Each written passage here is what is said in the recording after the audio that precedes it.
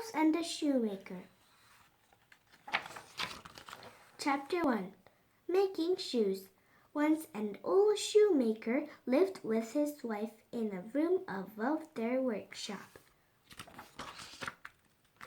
Each day he laid out his leather, drew different shoe shapes, cut them out, and sewed them together. Then he stretched the shoe shapes over a wooden foot, cut out more leather, and sewed it on.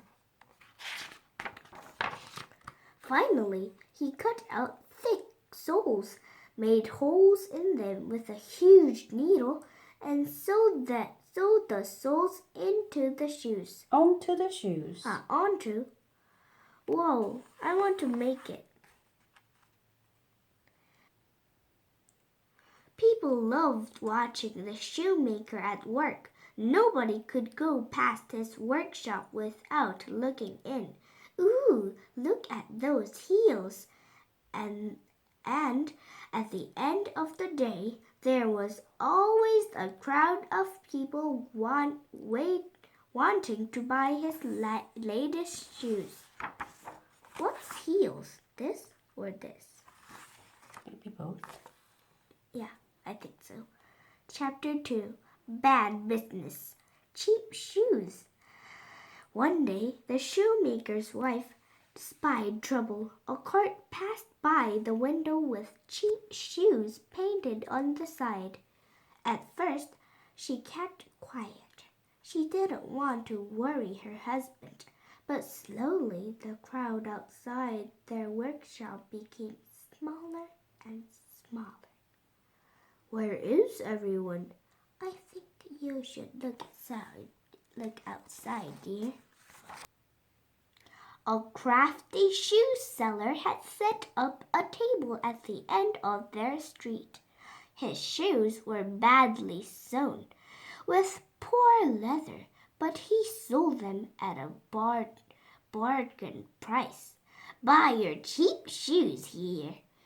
This is terrible, said the shoemaker. He's putting me out of business. And his shoes are awful, said the shoemaker's wife. But the local people were delighted. Now they could buy 2 pairs of shoes for the price of 1. Each day, the cheap shoe seller arrived with a new load of shoes. How can he make them so quickly, wondered the shoemaker. He must have lots of people working for him. Chapter 3. The Last Pair of Shoes. The next few months were miserable for the shoemaker and his wife. With very little business, they were running out of money. Soon the shoemaker could only afford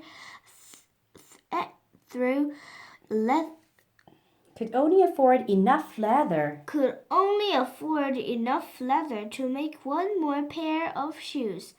I'm ruined. He cut out the shoe shape and laid them on his work table. Then he yawned. I'm too tired to sew these today, he sighed. Early next morning, he went downstairs and stopped in amazement. Am I still dreaming? He asked himself. How? What? Who? There on his work table stood a perfect pair of shoes.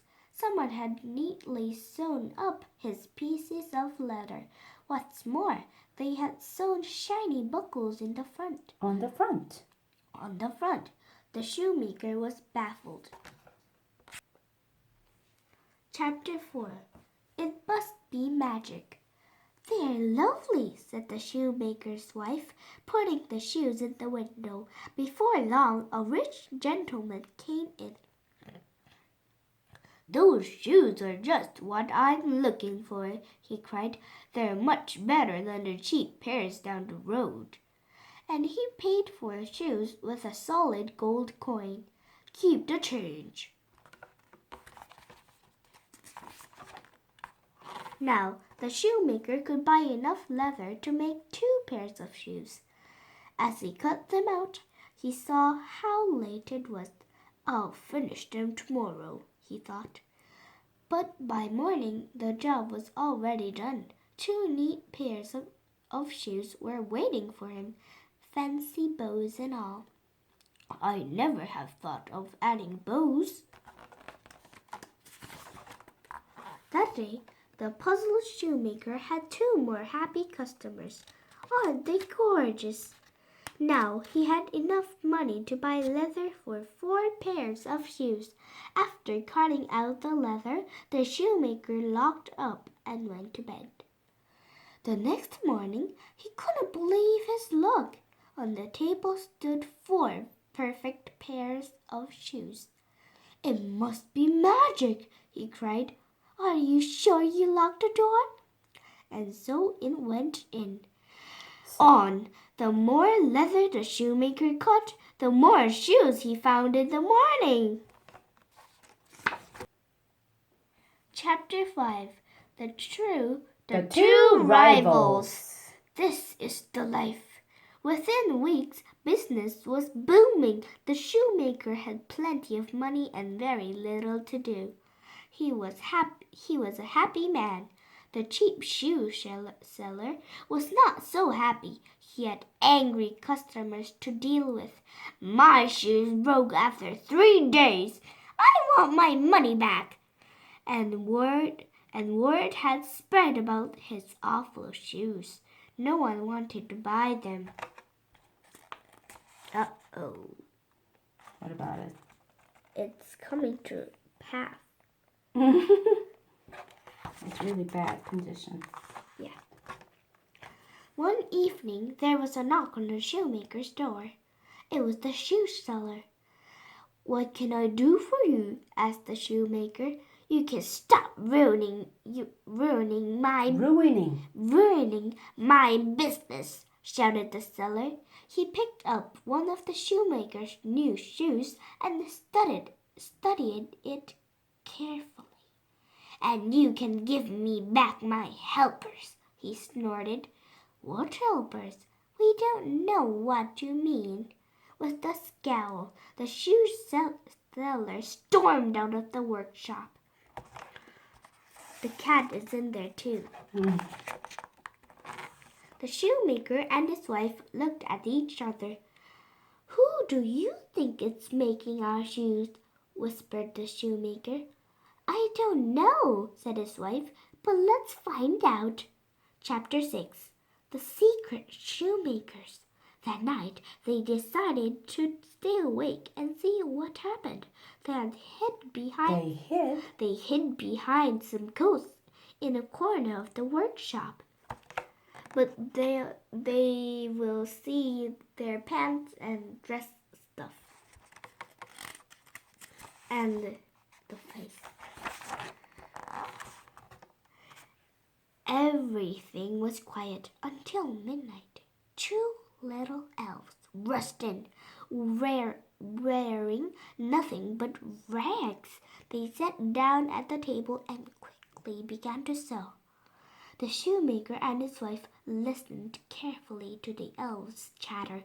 This is better than making cheap shoes that in the rotten attic, said the first elf. I wish the other elves had escaped as well, said the second.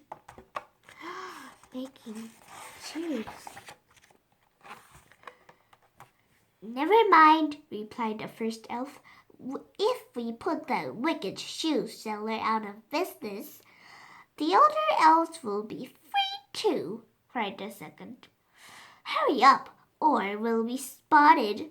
I'm almost done. Race you down the street. As the sun began to rise, they finished the last shoe and disappeared through the door. There are rags.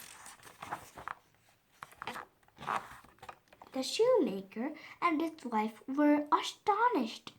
I think I'm going crazy, said the shoemaker. Were those really elves? That's incredible. His glasses are going to break. His wife nodded, and it sounds like that shoe seller is forcing other elves to wait for for him, she said. No wonder he can make so many shoes. Chapter 7. Revenge. Over breakfast the next day, the shoemaker and his wife discussed how they could help the elves. By 10 o'clock, there was already a room full of people wanting to buy the shoemaker's new shoes. If we keep selling these lovely shoes, said his wife, the shoe seller will go bust. By midday, they had sold 30 pairs. They were eating lunch when they heard the sound of a cart. The cheap shoe seller was leaving early, and the cart says, cheat shoes. Really, cheat. There is one T. A mob of angry customers were hopping after him, shaking their fists and pelting him with broken shoes. There goes the cheat, and he won't dare come back. Their socks and feet. Oh! The shoemaker and his wife breathed a sigh of relief. How can we ever thank our two helpers? Wondered the shoemaker. Let's make them some proper clothes, said his wife. Chapter 8. The elves escape. All day, the shoemaker's wife worked at her sewing machine, making little suits for the elves. The shoemaker made 2 tiny pairs of shoes. That night, instead of leaving leather shapes on the table, the shoemaker left 2 piles of clothes. Then he and his wife hid behind the coats again and waited for the elves to arrive. Pink and blue. Wow, this must be for us. I've never worn shoes before. The elves were delighted with their new outfits. They scrambled into them and danced round the room. How handsome we look! But their hats. Here they are, called a voice from the street. A second later, there were 14 more elves in the workshop. The 2 elves stopped dancing. Hey, said one, how did you all escape? The shoe seller let us go, cried an excited elf. He's giving up selling shoes. We put spells on our sewing to make the shoes fall apart. Now we're going to celebrate, said another. Come on, and you can tell us why you're dressed like people. Laughing and joking, the elves skipped off down the street. The shoemaker and his wife smiled as they watched them go. They might have lost their magic helpers, but now they were in business again. They had plenty of customers and lots of ideas for new shoes. As for the elves, they never sewed another shoe. Oh, here was the elves. Bye. Bye-bye.